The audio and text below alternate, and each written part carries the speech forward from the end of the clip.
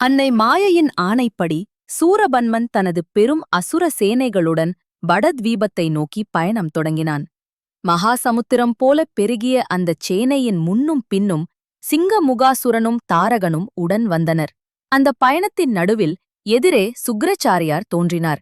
அவரைக் கண்ட சூரபன்மன் பெருமிதத்துடனும் பக்தியுடனும் தன் குருவை வணங்கி நின்றான்.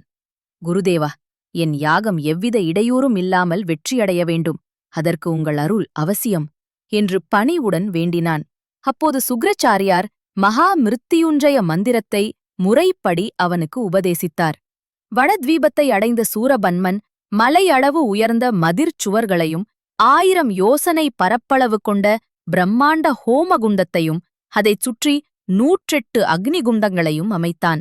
அச்சமயம் அன்னை மாயை தோன்றி யாகத்திற்கு வேண்டிய அனைத்து ஏற்பாடுகளையும் செய்து தன் புத்திரர்களை ஆசீர்வதித்தாள். அவ்வாறு யாகம் தொடங்கியது.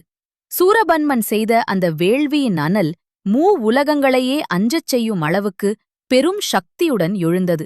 இப்புராணத்தின் முழு கதையையும் டிவைன் புராணம் சேனலில் கேட்டு மகிழவும், இத்தகைய தெய்வீக கதைகளை தொடர்ந்து கேட்க டிவைன் புராணம் சேனலை சப்ஸ்கிரைப் செய்யுங்கள்.